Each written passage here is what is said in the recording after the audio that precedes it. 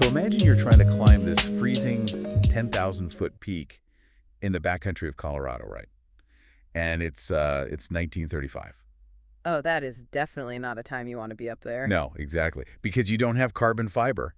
You don't have like high-tech synthetic grip tape. Right. None of that existed yet. No. The only thing keeping you from just sliding backward down an icy slope to your doom is a literal strip of canvas and animal hair. Animal hair. Yeah, literally glued to the bottom of your wooden skis. It is a terrifying visual, honestly, especially when you compare it to the ultra-lightweight engineered gear we use today. But that stark contrast is exactly what we are exploring today.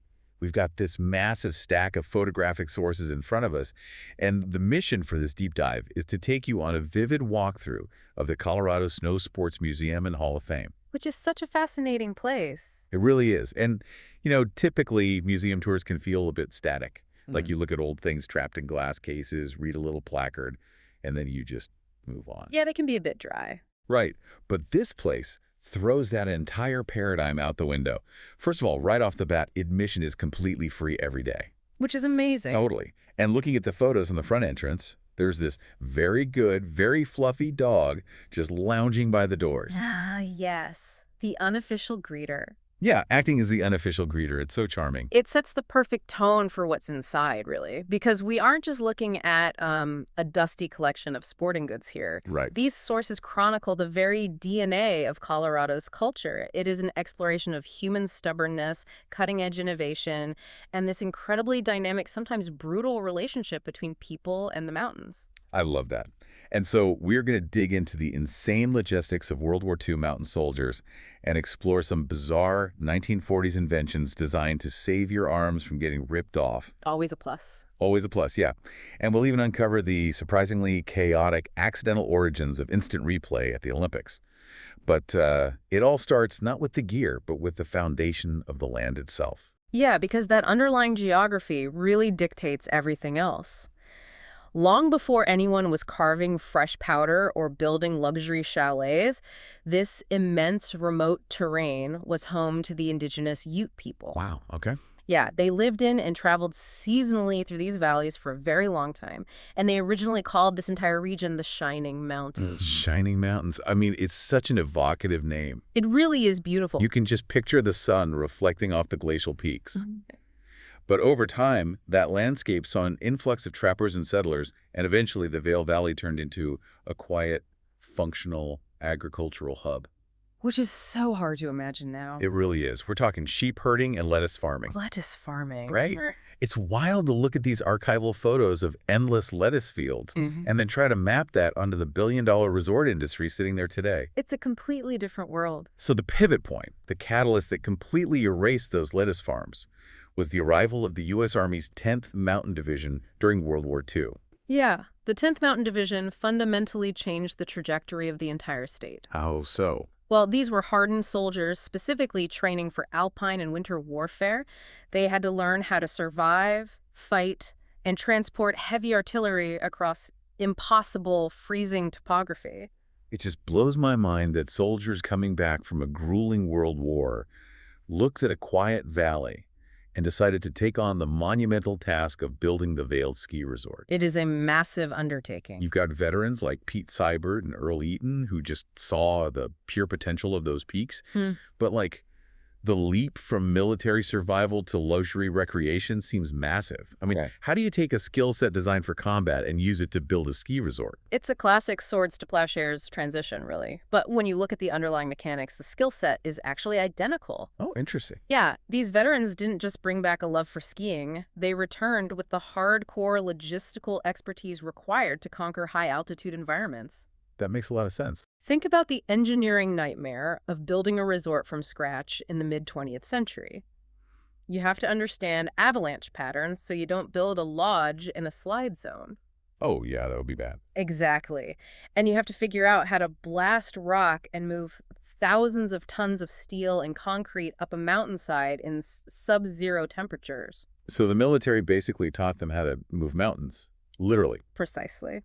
They possessed the exact blueprint needed for the modern resort industry because they understood the physics and logistics of the alpine environment better than almost anyone else alive. Wow. They knew how to keep people safe and warm in a place that naturally wants to freeze them. Which makes the origins of the museum itself so fascinating because you'd assume a place documenting this billion-dollar mountain-moving industry would start as a grand, well-funded institution. You would think so, yeah. But looking at the sources, it had a super scrappy grassroots birth in 1976. Very scrappy. It got off the ground because of an $8,000 grant from a state centennial do-something project. Which is basically nothing in the grand scheme of things. Right. It's the 1970s equivalent of a modern-day Kickstarter campaign. Yeah, a group of civic-minded locals just realized that this massive, transformative history was slipping away, and someone needed to preserve it. And there's this photo of a plaque featuring a quote from the museum's very first volunteer, Cindy Clement. She mentions that when they first opened the doors, the building had absolutely no heat. Good grief, no heat in a ski museum. Irony. Right. And they had so few ski-related artifacts that they only charged $1 or $2 for admission.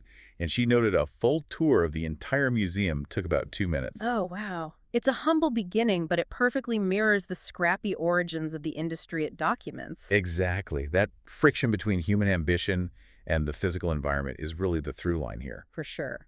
We've seen how military logistics built the infrastructure. But all of that infrastructure is useless if the human body can't handle the physics of getting up and down the slopes. Right, you still have to physically move people. And that mechanical challenge is what sparked the next wave of innovation highlighted in our sources. The evolution of equipment is where you really see survival tactics morph into recreational engineering because, frankly, early alpine exploration was physically punishing on the human body. Getting up the mountain was arguably worse than coming down. Definitely. Before high-speed heated gondolas, you had rope tows. And if you've ever gripped a wet, freezing rope moving continuously up a steep incline, it is miserable. it absolutely destroys your forearms and shreds your gloves. The tension is brutal. But the museum showcases this brilliant countermeasure, Bousquet's ski tow rope gripper. Such a clever little device. We have a photo of the original advertisement, and it's this strange $2.50 metal contraption.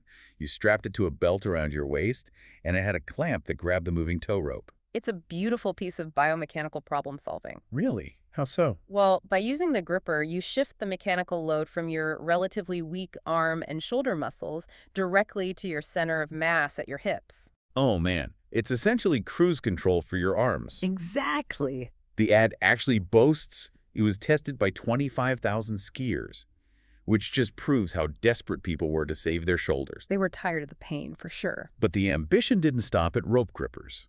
The photographic evidence jumps to 1947, showing the installation of Colorado's first double chairlift at Berthoud Pass. A huge milestone. When you think about the fact that steel and industrial materials were just coming off wartime rationing, the audacity to string a heavy cable across a mountain pass just so people could ski is incredible. It completely changed the volume of people who could access the peaks. For sure. But while the resorts were focusing on mechanizing the ascent with chairlifts, there was a whole parallel evolution happening for the people who wanted to explore the backcountry on their own power. And this is where we get back to that terrifying visual of the animal hair. Ah, yes, the seal hair. So the exhibits cover the birth of telemark skiing, tracking it back to 1868, when Sandra Norheim invented a binding that left the heel free so you could make these graceful, swooping turns. Which is still a huge part of backcountry skiing today. Right. Modern backcountry skiers still use that free heel concept. Right. And the museum has modern gear on display like the Black Diamond Helio 105 skis. Very nice skis. Yeah, they are carbon fiber, sleek, and ridiculously light. But sitting right next to them in the display case are climbing skins from the mid-1930s. Quite the contrast. And the placard confirms they were made of canvas and actual seal hair. Wait, seal hair? Why on earth were they using seal hair to climb mountains in Colorado? It sounds totally absurd to our modern sensibilities, I know, but it's an absolute masterclass in harnessing directional friction. Okay, unpack that for me. So before the invention of complex synthetic nylon or mohair mixes, backcountry skiers had to find a mechanical solution in nature to solve a very specific physics problem. Which is? How do you slide a wooden plank forward up a snowy hill without it instantly slipping backward? I mean, I would have never looked at a seal and thought, that's my ticket up the mountain. Right. But consider the biological structure of a seal's coat. It has a highly defined grain to keep the animal warm and hydrodynamic. Okay. If you stroke a seal from head to tail, it is perfectly smooth. But if you push your hand the opposite direction, the stiff hairs catch and bristle upward. Oh, wow. Yeah. Early skiers realized that if they glued these strips of seal skin to the bottom of their skis with the grain facing backward, they had a natural braking system. That's wild. Slide the ski forward, the hair lays flat, and you glide. But the millisecond gravity tries to pull you backward down the slope. Thousands of stiff animal hairs dig into the snow like microscopic ice picks. That is just brilliant. It is a direct mechanical adaptation from biology to overcome gravity. Exactly. And that specific kind of ingenuity is what allowed adventurers to map out the backcountry. It eventually led to massive, ambitious projects like the 10th Mountain Hut system, which is heavily featured in the sources. Yeah, that system is legendary. Inspired by the Haute Route in Europe, it's a network of remote cabins connecting 350 miles of backcountry trails across Colorado. Navigating a system like that requires incredible endurance, not just clever gear. Exactly. Yeah. Because a strip of seal hair or a sheet of carbon fiber doesn't climb a mountain by itself. No, it certainly doesn't. It requires a human being brave enough to strap it on and push the limits, which brings a whole new layer of meaning to the individuals enshrined in the Hall of Fame section of the museum. This is where it gets really inspiring. These are the pioneers who manipulated all this evolving technology to break physical and statistical boundaries. Yeah. The sources note the upcoming 2025 class, honoring figures like sports builder John Krimmelmeyer. A fantastic addition to the hall. But the specific history that really demands attention here is the evolution of adaptive skiing. Oh, the adaptive sports movement is one of the most profoundly impactful chapters in Colorado's history. Tell me about it. And once again, it traces back to the 10th Mountain Division. In the 1960s, a veteran named Jim Winters decided to teach two of his friends, fellow veterans who had undergone leg amputations, how to ski again. That's incredible. And the museum has photographs of the gear they developed, specifically the outriggers. Yes, the outriggers are key. For those who might not know the mechanics of it, an outrigger is essentially a four-armed crutch with a small ski tip attached to the bottom. Right. It provides lateral stability, turning the skier into what they call a three-track skier. Instead of balancing on two moving points, you have a stable, moving tripod. It's an elegant engineering solution to a complex biomechanical problem. Yeah. Winters didn't look at a physical limitation and accept it as an absolute barrier. He asked how the equipment could be manipulated to bypass the limitation entirely. And he turned that grassroots problem-solving into Disabled Sports USA in 1967. A massive legacy. The progression in the display case is so moving. You start with these early heavy outriggers and follow the timeline right up to a sleek, high-performance race jersey worn at the 1998 Nagano Paralympics. It's a huge testament to breaking physical barriers. But just a few feet away, there's an exhibit dedicated to someone who broke entirely different kinds of barriers, like mathematical ones. Oh, yes. I'm talking Michaela Schifrin. The museum doesn't mince words with her exhibit, do they? They outright label her the greatest of all time. And they absolutely have the hardware to back it up. Looking Yeah. at the photos, her massive 2017/2018 World Cup crystal globe is sitting right there. It's beautiful. It is this pristine, heavy, elegant pinnacle of athletic achievement. But what I really love about this display is this psychological juxtaposition. What do you mean? Because sitting right next to the crystal globe is her personalized box of Wheaties. Oh, that is a fantastic visual contrast. It really is. Yeah. You have the ultimate symbol of European-dominated elite alpine racing sitting next to a bright orange cardboard box of American breakfast cereal. That's so funny. And they also have the actual spider jacket she wore at the 2018 Pyeongchang closing ceremony, right? Yes. It perfectly captures how a local athlete becomes a massive fixture in global pop culture. When you look at Jim Winters and Michaela Schifrin side by side in this Hall of Fame, a really clear theme emerges. Yeah. It's a celebration of shattered limitations. Winters broke the physical access barriers, engineering a way for the mountains to be inclusive for everyone. Right. And Schifrin shattered the ceiling of what was statistically thought possible in alpine racing. They are operating on entirely different axes, but they are both pushing the absolute limits of human potential. That drive to push limits inevitably outgrows local mountains, spills onto the global stage. Inevitably, yeah. The final major section detailed in our sources takes all this local history, the military logistics, the gear innovation, the boundary-breaking athletes, and throws it into the crucible of the Winter Olympics. The biggest stage of all. And the timeline the museum lays out is just this fascinating collision of geopolitics, high-stakes technology, and sheer force of nature. The Olympic exhibits really highlight how fragile the entire enterprise of winter sports can be when you try to standardize it on a global scale. Right, the timeline stretches way back to 1932 in Lake Placid. You have this tiny, isolated town of just 4,000 people suddenly trying to host the entire world. Which is a logistical nightmare even today. Imagine it back then.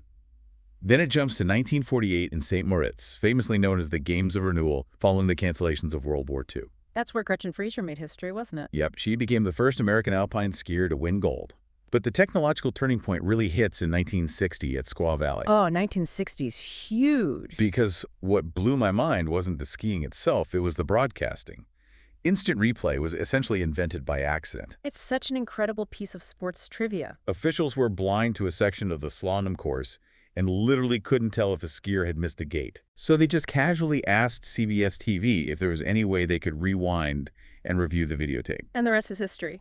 That one moment of panic completely revolutionized how the world consumes live sports. And while the broadcasters were innovating off the snow, the athletes were causing massive disruptions on the snow. Oh, yeah. Squaw Valley was also where Frenchman Jean Vernet became the first person to win a gold medal using metal skis instead of traditional wood. Which completely changed the physics of carving a turn. Radically so. Wood is a natural material, so it flexes and warps.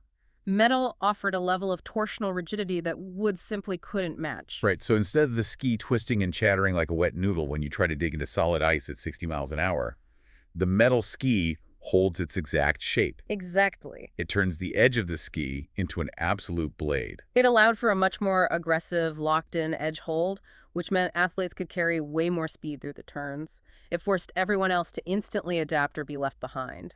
But if 1960 was a triumph of technology, 1964 in Innsbruck was an absolute nightmare scenario. The snow shortage. Yes, a massive snow shortage threatened to cancel the entire games. The museum details the sheer panic of this event. It was unprecedented. The Austrian army was deployed to manually haul 40,000 cubic meters of snow to the Alpine slopes. The logistics of that operation are staggering when you really think about it. 40,000 cubic meters. Yeah. It is the equivalent of trying to fill an Olympic swimming pool using only teacups. It's insane. You have archival photos of military trucks sinking in the mud, soldiers packing snow into handbaskets, just desperately trying to cover a mountain using brute human force. Talk about stubbornness. It shows you that you can have the most advanced metal skis in the world, but if the atmosphere decides not to cooperate, you have nothing. It seems like the Winter Olympics are always fighting either the elements or the rules. Well, it forced a massive reckoning within the industry. Relying purely on natural weather patterns for a multi-million-dollar global broadcast was simply no longer a sustainable business model. Which leads directly to the 1980 games back in Lake Placid, where we see the first major deployment of machines for artificial snowmaking. They literally engineered their way out of the Innsbruck problem. They did. But the timeline also shows that the definition of the sport itself was constantly shifting. In 1972 at Sapporo, you have the massive controversy surrounding amateurism. Ah, Karl Schranz. Right. Austrian star Karl Schranz was disqualified simply for having his name and photo used in a commercial. Which is almost comical when you consider the modern landscape of highly sponsored professional athletes covered in corporate logos. It's a totally different universe now. And the culture kept expanding. By 1998 in Nagano, snowboarding makes its debut, dragging a completely different counterculture energy into the rigid Olympic framework. A huge cultural shift for winter sports. And the exhibits track all of this right up to the modern bids for the upcoming 2026 games. When you step back and look at this entire wall of history, from wooden planks and handheld snow to torsional rigidity and snowmaking machines, it really is a timeline of who we are as a society. It really is an ongoing tug of war. Yeah. We are constantly engineering solutions to overcome nature while simultaneously renegotiating our own rules about what constitutes a pure sport. That is so true.